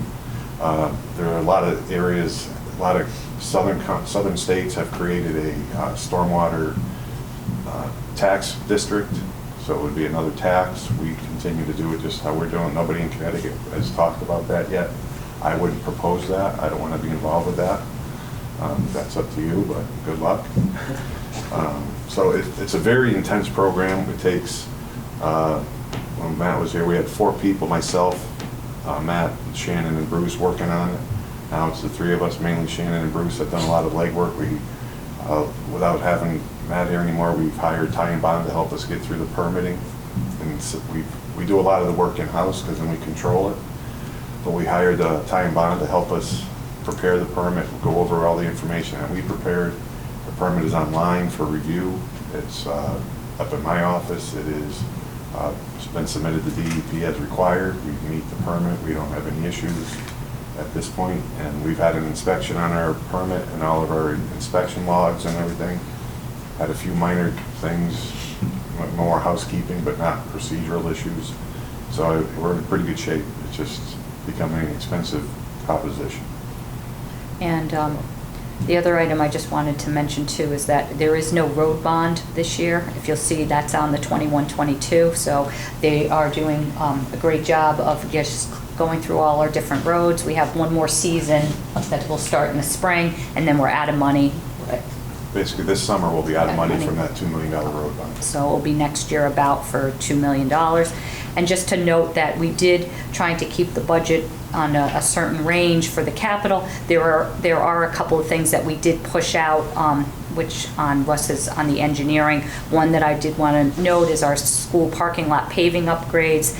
We did push out that 150. That is a banking project, but we did push that out. And the other thing that we push out all the time too is open space management. We buy a lot of open space, but we don't really have any kind of open space management plans. We hopefully one day will get to some of that, but we did push out quite a bit of items in Russ's this year, just to try to keep the numbers down. Questions for us? Russ, that 25,000, that's basically labor hours? No labor, because labor's already carried in with the salary budget. That would be for buying fence posts and any other thing that may pop up. And we're looking at it, 25,000 last year and this year is just a start. The oldest section of trail was, we built that back in 1995, and that went from the Big Bird Bridge to the Avon Town Line, which is about 2¼ miles. So I've already been talking with Bruce Williams at Avon when we go to repave, because theirs is the same age, that section, up to Old Farms Road for Avon. We're gonna pave, we would pave from Red Oak Hill all the way to Old Farms Road and do it collectively together. To say, get the tonnage and shut that section of trail down for a couple, say a week together, instead of us doing it at a certain time and they shut theirs down. I think it'd be better that we coordinate everything and take care of that 20+ year old. It's 20, going on 26 years right now. It's in good shape. Some of this money will be used if we have to go out and buy some blacktop, cut some of the roots that have grown back in, things like that. I mean, 25,000 isn't that much. It's a lot of money, but for the work that we have to do, it's really not. You can see in the out years, we start building up for the actual overlay program. For the testing of the water, we would do that all in-house? We do. We sample, well, we sample it and then we send it out. Okay. Yeah, and we're going to utilize tie and bond as well for some of that, because to technically sample 275 outfalls with 2 people is not going to be happening. It's not just not going to. It's impossible with everything else that we got going. How often do you have to sample it? Every time, pretty much every day. So you take 275 divided by 5 days a week. Really? And that's how long it takes. But with planning, things in planning, things in engineering, right? We kind of pick a day and pick and choose in a day or 2 a week when we can. We can knock out as much as we can. So the intent is to have our consultant give us a couple more people and go from there. So this $50,000 covers all this, what I want to say, all this compliance work? We have money banked too. You have money banked on it? We have good people. Yes, absolutely. There's a plug, but no, it does. And we've banked it, I want to say this is our 3rd or 4th year of banking. So we've been paying for it. We've had the money built into the capital, and going forward, it's not going to get any easier. Yeah, I would just say for an outside environmental consultant, that would be, there's your budget right there. Yeah, well, like we do, like I say, we did the majority of the permit. Yeah. And we sent it to them for a review to make sure, because they do a lot of permits, and they'll do for other towns from A to Z. We give it to them somewhere around the RS location and let them just basically dot our I's, cross our T's to make sure we are in compliance and not missing anything. This might be a little off subject on it, but what's this cost us a year to manage, fund, labor, everything? It's got to be a big number. You're probably talking over 100,000. It's got to be more. Well, I'm just saying, when you divide it out, I'm saying with staff time too, because it's a couple days a week, or 1 day a week. There may be a month where we don't do anything on it. So the town of Farmington adheres to all the ground rules that have been, and then towns that don't, what towns that don't, if they're not doing anything, what are the consequences? I'm not willing to ask that question. Yeah, I get it. You know what I mean, Peter? Because I'm trying to, one thing they've said is that if we don't comply with this, they're going to withhold, funding from other states. Yeah, that's what, is that what it boils down to, Exactly. is potentially funding grants, all that Steep kind of grants, lots of, who knows what they're going to withhold. Yep, So yeah. that is not in my scheme of operation. I get it. We are trying to comply as best we can. And like I say, if we can't meet the catch basin cleaning, we explain why and what we've done, and it is what it is. I mean, there's got to be a realistic factor with it as well. Yeah. So we're doing our best to make sure we're meeting and complying with everything. That's a big feat there. Yeah, and that's one of the things that, if I can, pretty proud of everyone that works in our department, the whole public works, that everybody chips in. Scott and Mark down at the plant, they all have to do stormwater permitting. They take care of their own stuff. We take care of the rest of it. It's all hands on deck type of thing. If we need help and we need a couple guys from the highway, we'll pull a couple guys from the highway, or even the plant. Everybody helps and pitches in. So that's just kind of how we operate. So that's excellent. That's good. It works. Yeah. Okay. Russ, obviously from my time on the Board of Ed, dealing with unfunded state mandates was a constant challenge. Maybe a impossible question to answer, but do you see anything else on the horizon that would, in terms of state mandates, that would impact you? No, the biggest, this is the biggest one, Okay. is the stormwater. Mhm. The other, everything else is kind of standard operating. Okay. There's, like our safety, our OSHA. But the new street, New street, I thought it was, remember the DOT was saying about our streets or something with the curb cuts? Is that anything? No, okay. I don't remember No, that, no. okay. But, no, this is probably the biggest one.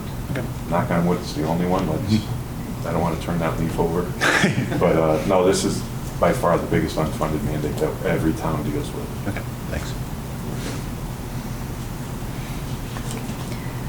Is that it? You said most towns aren't really doing as detailed as the state is hoping they will do? Well, everyone's trying that I know of. Well, but they're all the doing what towns they that I can. think- They can't quite meet what they're requiring with an unfunded mandate. Right, and that's where, we decided to put this in like 3-4 years ago, and we've been doing our best. And Yep. it is, and part of the other thing too, we have the landfill monitoring, that's a whole separate, budget item. So we're required to do that. That all gets kind of wrapped into the stormwater. It all goes hand in hand. Like I said, the treatment plant, the highway, they all have stormwater permits that they comply with. We have permits for the leaf compost. We have permits for store material and the compost. So we are up to date with our permits. About 10 years ago, we went through all that and made sure we were up to date.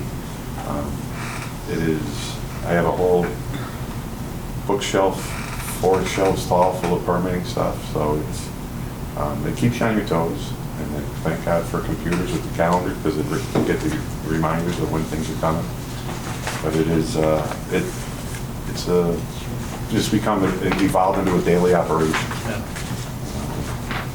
It is what it is. Russ, maybe while you're here, because you're going to be involved in it too, we're talking about planning. Yeah, we'll go to that next. Is that Sure. okay? So that's on page C4. And that's $250,000. We're calling it the quality of life improvements. So this is, if you can see on the $250,000 quality of life improvements, funds will be combined with an accrued grant monies of $850,000 to begin the implementation of the Farmington Village Center Streetscape Master Plan.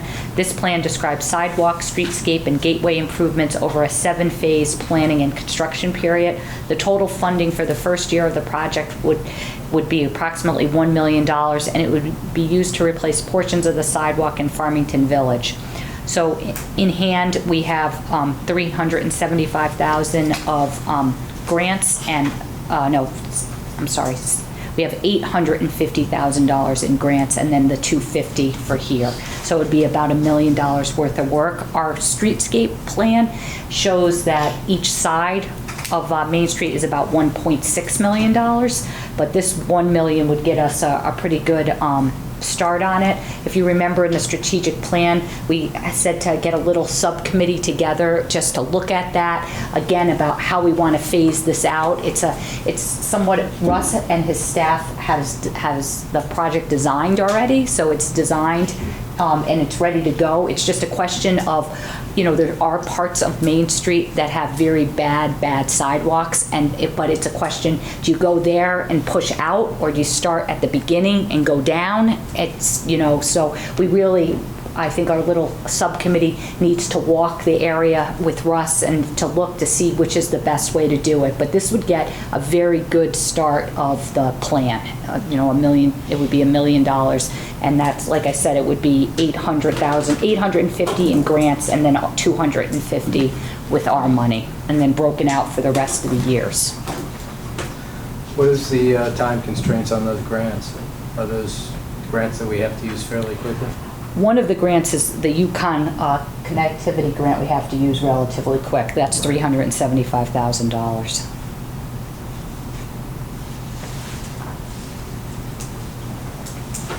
The design of the sidewalks down there, they're going to match like Unionville Center with the expanded width and everything? You're right. We're going to do the expanded, make them at least 5 feet wide at a minimum, and then the architectural treatment is, one of the projects we did for Unionville, we just did concrete sidewalk to improve it for the handicap accessibility. And then as you get down into the actual village of Unionville, we added that granite cobble just to eliminate the, like a grass snow shelf, and it's a maintenance headache. And one of the things that we came up with was it just makes it a different look, a different feel. Back when we did the streetscape project, that has to be 10 years ago now, from the north side of the bridge to the five-leg intersection. And it was just to break it up. We did it again just to mimic it on the south side in a recent project with New Britain Avenue. And it's basically just to reduce maintenance, for the local businesses that were through there. Because the grass grows and it doesn't grow, and it just becomes a weed issue, and nobody really wants to do anything with it. So we can look at that if that's something that we want to continue. It has a plan in it. It has a plan, yeah. It's a little different. It's more of the stamped that's in Farmington Center now that we did with the DOT project. It's a little bit, looks, it's painted red like a brick. It's like that brick stamp. There'll be places that I would recommend to do that. There would be places I don't recommend to do that. But that's, I think we got to go through that whole committee. And like Kathy said, there are sections that I think need to be addressed sooner than later. And I'm not sure how many of you are aware how our sidewalk ordinance is set up. That if there's a sidewalk in front of your property, the property owner is responsible for it. So maintenance is a hardship, becomes a hardship no matter where the sidewalk is. It's an added expense to homeowners, but it is what it is. So that's one of the things that I think this subcommittee needs to look at. And are we going to just, like Kathy said, start from Route 10 and head south and do the north side, do the south side, or the east side, the west side, excuse me? We can do whatever. Porter's has been replacing some of their sidewalks and updating some of theirs because of just disrepair, and with their situation with the students, you want to make sure everyone's safe and have easy passage. So there's a lot of work to be done, and the plan is 95% ready to go. I haven't finalized from a phasing plan standpoint, just because I'm not sure what direction we're going to go. The repair part on the homeowner, if they go ahead and do the repair, are they getting money back from the town if they use a town company or suggested, person? We don't suggest any contractor to anybody for reasons that, well, if I suggested Kathy to do the work, well, why didn't I expect Joe to do the work? So we don't suggest anything like that. If somebody, we went through this, I want to say about 10, 15 years ago with sidewalks, right? When people were complaining, we had a lot of complaints, and who's going to really be the heavy hand, to the, elderly senior citizen who has a $5,000 sidewalk repair bill that technically needs to get done, but who's going to be the one to actually tell her that she has to do that? We've been doing the sidewalks in Unionville, and now it would be in the village center, mostly on the grant funds. We've been matching. That's how we've been doing it. So it's been beyond grant funds, and then the town would match it. But historically, and now even, we don't usually do any sidewalks, if it's in front of someone else's home, except if we're doing it by grant funds and matching. So we're using the same philosophy as we did in in Unionville, where we did all the sidewalks in the village center by applying for grants, and then the town matched those grants. And here we have $850,000 of grants that we can use, and then this would be our matching funds with the $250 going in the out years to finish the whole project.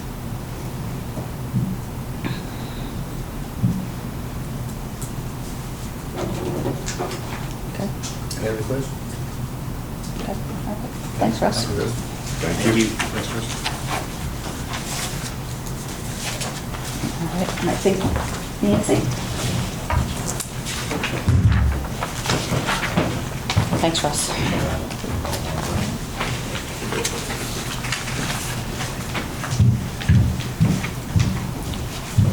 Everyone knows Nancy Parent. She's our Director of Community and Recreational Services. You saw her on the tour. She was beating us to all the buildings before we got there.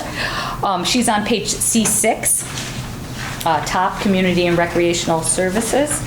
And find it. This is a $125,000 request, and it's for Stonehouse renovations. Funds will be used to implement renovations on the exterior and interior of the Stonehouse.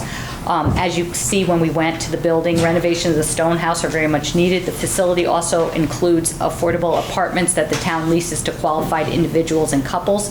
This is a multi-phase project that will address ADA compliance, meeting space needs, entryway and porch renovations, interior renovations, exterior facade improvements, and landscaping. We had an architect in last year, or it was 2 years ago? 2 years ago. 2 years ago, do a plan for us, and it's all broken out in phasing to start renovating the building. I think with this $125,000, the thought would be to do the exterior, correct? And that would be shingles and? Shingles, the accessible ramp, and perhaps, depending upon bids, the enclosed porch that you saw. Not pointing. What? The stonework, any of the pointing? No, probably wouldn't have enough to do all four if we added the four. The porch is actually a little less expensive than the pointing, so that's why we could squeeze that in. So I think we do have a total, that's the total, right, Nancy? Correct. Yeah, about almost close to $700,000 of renovations in the building. So we're breaking it out. And we banked last year 75. So we're up to 2. The first phase was going to be 250. That's why I said we could probably do 3 parts of the 4-part first phase. Right. And again, as you guys saw, it's something, because the building isn't really being used, it kind of gets pushed down to not being a priority. But really, the older that building gets and the less time we take to renovate it, the more expensive it's going to get and the worse. And it's really a beautiful building. So ideally, we would have liked to have done like the first phase at 250 and do everything, but we keep on breaking it out just to keep the capital budget at a certain range. But I think this would at least get some of the exterior and get us moving. What year is it built? What year, Nancy? Oh, I'm sure I have that. I don't know. I actually think it was built in 2 different, because it's 2 different pieces to the building. I always want to call 1950 was the original construction, and then there was additional construction in 1962. Would that be the second floor by chance, or the patio? The 3rd floor actually is the second part of the construction. Yeah. It is a beautiful building, though. I do love that porch area, too. The ramp that you're talking about, this cement? It'd be cement, but if you remember when we went into the porch area, how it's all uneven and it has some water damage, it'd be totally redoing that to drain better. It actually had been set up originally and it was draining into that porch, if you remember how the door opened. So it addresses all those issues, to just have it a safe entry plus having it accessible for everyone. And I have one more question. Do you think by 2023 you'll get people back into the building? Yeah, I think, I think it's really a policy decision, like we talked about on the bus ride, is that in theory, we really like the idea of recreation being in Depot Place with continuing ed, but in reality, I think it's too small. And it winds up that we don't have any storage area and they're carting back and forth to get things. Maybe the idea, and even though the stone house, it seems big, but actually, as you saw, that isn't that big either, but almost flip-flopping it and putting everyone in that building. So we definitely need to come up with a plan of what we want to do. And Nancy, I mean, if she had her druthers, I think she'd move everyone back in, do that porch, and really run programs out of there and do it as at the facility with where the golf course is and everything like that. So again, that's where we would hopefully by 2023 we'd have a firm plan. And especially that's why we're doing the outside before we do the inside. Yeah, we can't do the interior until we know what we're going to use it for. Just a quick question, do you run any programs out of the depot? No, not at all. It's not large enough to do that. It's just office space. So if we do upgrade this and we can find a way to use it, we'd actually be using it for town use? Correct, like a summer camp or something of that nature. I envision that porch being used for so many different things. Even it's large enough that for the golf course, if we have kids camps, we could get them over there to use it for that as well. It was the clubhouse, wasn't it? It was originally, yes. It was originally the clubhouse before the town owned the golf course. Yeah. They used to do fireside and skiing right at the golf course, right in that area when it wasn't covered, and they used to have the fires. Any other questions? On your side. Can you just remind me, did we, the 75,000 for the stone house last year, did we spend that or was that banked? No, that was banked That was because banked. originally it was trying to get close to the 250 as possible. Oh, right. Yeah. Okay, thank you. And I can parcel it out and get done what I can based on bids. Makes sense. Yeah. I have one more. The second one, the rented properties. Are those any type of construction costs? Is that part of a different budget? It is part of a different budget, how they're handled, but they're not part of the plan for the recreation.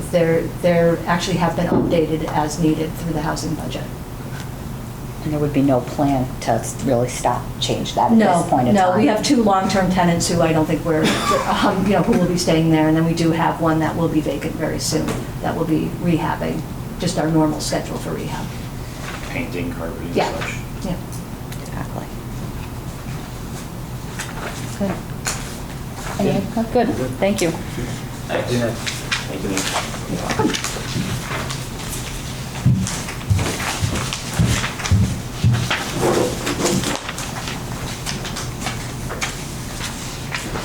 All right, just me. Please, Chief. He's not going to come tonight. He's not going to be able to make it. You are. All right, so we are on the police department, and the chief will be here at the regular Capitol. I told him I should be able to get through it, but some of the technology things, again, if you have really specific questions, in 2 weeks, he'll be here to be able to answer those questions. But if you see with the police department, there are 3 items equaling 230, C5. oh, I'm sorry, C5, thank you, CJ. Totaling $230,000. The first one is the technology improvements. Funds will be used for technology upgrades in the police department, including server replacement, replacement of video systems, and the purchase of remote surveillance equipment. The police department is heavily dependent on technology to perform at the high standards expected of them. Replace servers that run critical PD applications, a multi-year project. Replace a portion of the WatchGuard video system with current technology, and purchase video surveillance equipment for remote monitoring of outdoor areas. So this is part of an overall technology plan. As you can see, as the out years, it's every year, and these are the things that he expects to do. So and we did see with the chief, you did see that the police department, it's amazing now just how much is with the technology. The second item is the communication upgrades. Funds will be used to continue replacing and improving the radio site transmitters at various locations, including West Farms Mall and the Burlington Fire Department for the Lake Garda area. Additional interoperable portable radios will also be purchased. So $50,000 of this for a multi-year project to purchase additional interoperable portable radios. This will allow Farmington PD to communicate with other agencies like the West Hartford PD, and $75,000 out of the $125,000 for the multi-year project to replace and improve radio site transmitters. This will improve radio coverage for police and fire where there are weak or poor systems. So that's what that communication upgrade is. And the last item is $30,000 dispatch stations, and that will be funds to purchase 3 replacement dispatch console stations. The current stations are almost 20 years old. These stations are customized for the multiple computer screens used in the public safety dispatch, and have features for the help with the long shift at the stations. This will make the shift more comfortable, and there's also a lot of wear and tear, which are also close to 20 years old. So those are the 3 items for the police department. I can see if I can field any general questions that you have, or see if I can find it. Oh, sorry, go ahead. Sure. You said for the dispatch council stations that would cover 3 of those stations. I noticed that it's over 3 years. Is that for the $30,000 for this year, or is that $30,000 covers one console? Let me see. Let's see, hold on. Let's see what we can find.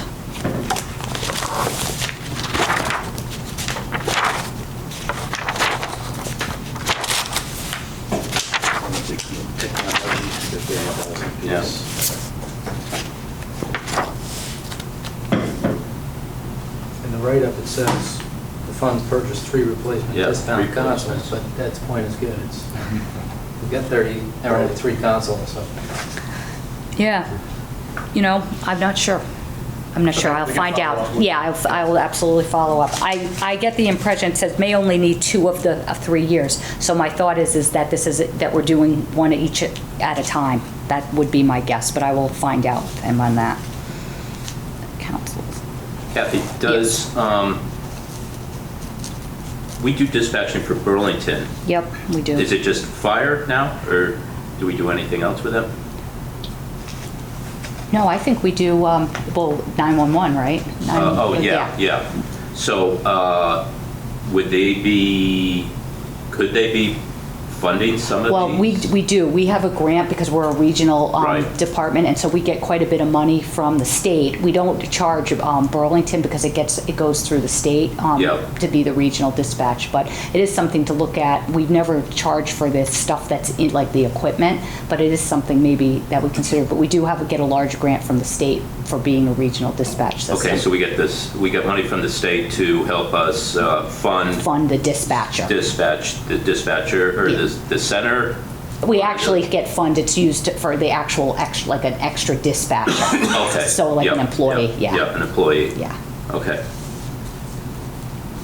But equipment is separate, is it, or is it? Yeah, it's separate. It is separate. Yeah. Yeah. I agree. Yeah. That's the point I'm getting at. Yeah. Any other police questions?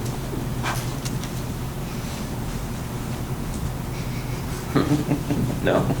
Okay. Chief's not here, there's no point. Just stump Kathy for no reason.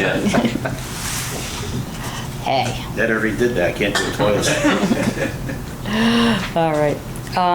The next one would be the town manager, and that's on C5. So we have $340,000 for what we're requesting. We have $160,000 in technology improvements. Funds will be used for technology upgrades, including fire department network and phone upgrades, continue the server infrastructure replacement project with the Board of Ed, and extend our secure wireless network Wi-Fi to all town buildings. So if you're going to break it out, it would be $40,000 for server infrastructure replacement. This is a Board of Ed joint project. We'll increase storage and processing capabilities on the virtual infrastructure. $35,000 wireless, extend secure Wi-Fi to Staples, Highway, Stonehouse, water pollution control on the fire departments, and $85,000 fire department network and phone upgrades, add fire departments to leased fiber connections and upgrade the phone systems to be included on the town's phone system. So that's for a total of $160,000 for technology improvements. $100,000 are on town hall improvements. Funds in this account will be banked and used to implement a multi-phase plan to improve the security of town hall and used to address interior building improvements and code issues. We had a consultant come through and look at our building, and we're focusing on a key fob system, video cameras, new doors with automatic closers, and panic buttons in the building. So those are our items for our town hall security. As I've mentioned for many years, is that as security in the schools are very top items, security in town hall and public buildings are also really important, and we have to really start making some improvements to this building with the security. $50,000, I hate to say it, but we're going to be going through another revaluation again. Funds will be used to begin the process of a full revaluation project in the fall of 2021. We'll go out to bid in the fall of 2020 to select a reval firm. A contract is expected in the spring of 2021. Funds will be used to start inspections, which is expected to take 1.5 years, as this is a full reval, not just a statistical one. And then lastly, we have $30,000 as land records re-indexing. Funds will be used to continue and make land records available electronically, both in the vault and on the internet. Funds this year will be able to start re-indexing the post-war boom years beginning 1946 to 1955. This has been a project that the town clerk, Paul, has been working on for many years. Last year, we did not fund it. It's a very I was going to say popular program, but a well-used program that all our records are indexed. So this is something that we'd like to continue. So that's for the town manager. Questions for the town manager? The 30,000, is that just for an employee, or is that man hours to do the For the work? land, for the Yeah. land? Paula, what is that for? It's we run our land indexing program through a company called COT. And this would be to actually pay COT to re-index those years. We don't have the manpower to do it in-house. And this is something that's used by everyone that works in the land records department, the local, anyone, real estate agents, anyone that, lawyers, anyone that's going to buy or sell a home or researching anything, by having it on the available electronically, they can do it on the internet. So we already have the other phases already on the internet? We have to go down to We the have next? everything up till this point. Okay. And this is the next segment. This is the next segment that we're going for. We started 20 years ago. They had started an electronic index, and it was just from the day forward. And then we've been able to go backwards. Does that eliminate them coming to town hall and doing the actual finger search? They can go online and do it? It does for some things, but not for everything.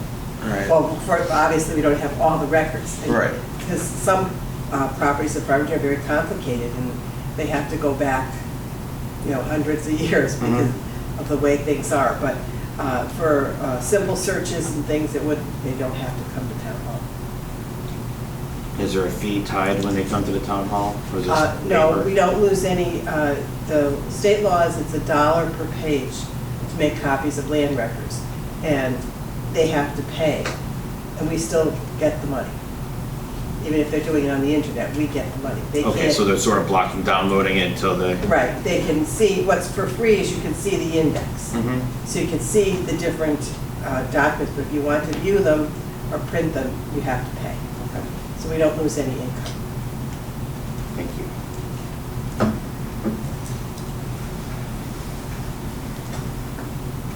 Other questions for Kev? And this is used, this is resources used by town hall employees too. The tax department is constantly in our records, engineering, they're all, and being able to do it from their desktop as opposed to having to come down. It's all just time savers. And you heard Russ talk tonight about how pressed everybody is for time. And so this is a more efficient way to do things. Wouldn't you get lonely, though? No. We still have plenty of foot traffic.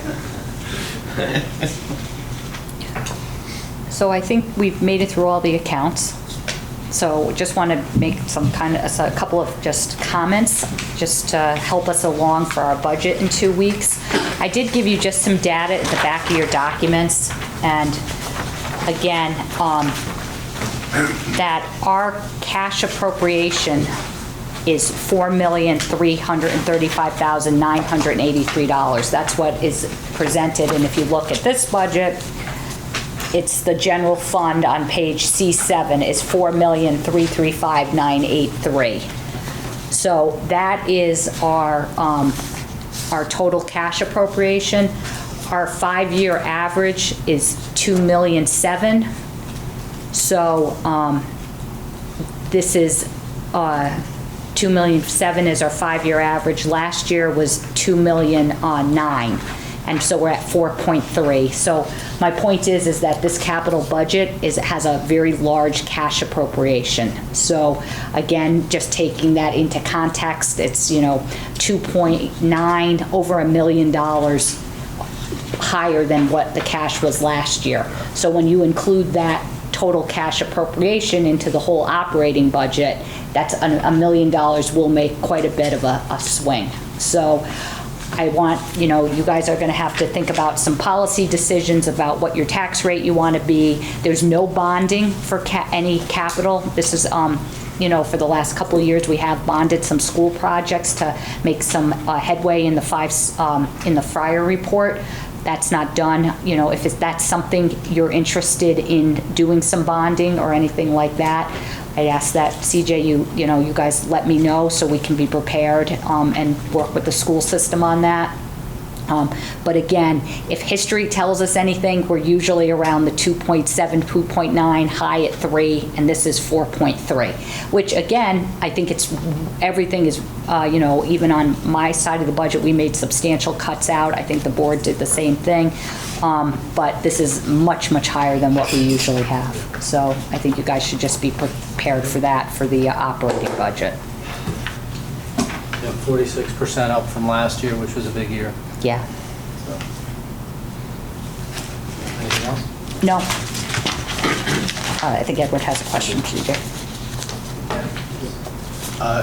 Yeah, Kathy, just one thing that you've done in the past 2 years, and just to remind you, if you could do this for us again, is to put all the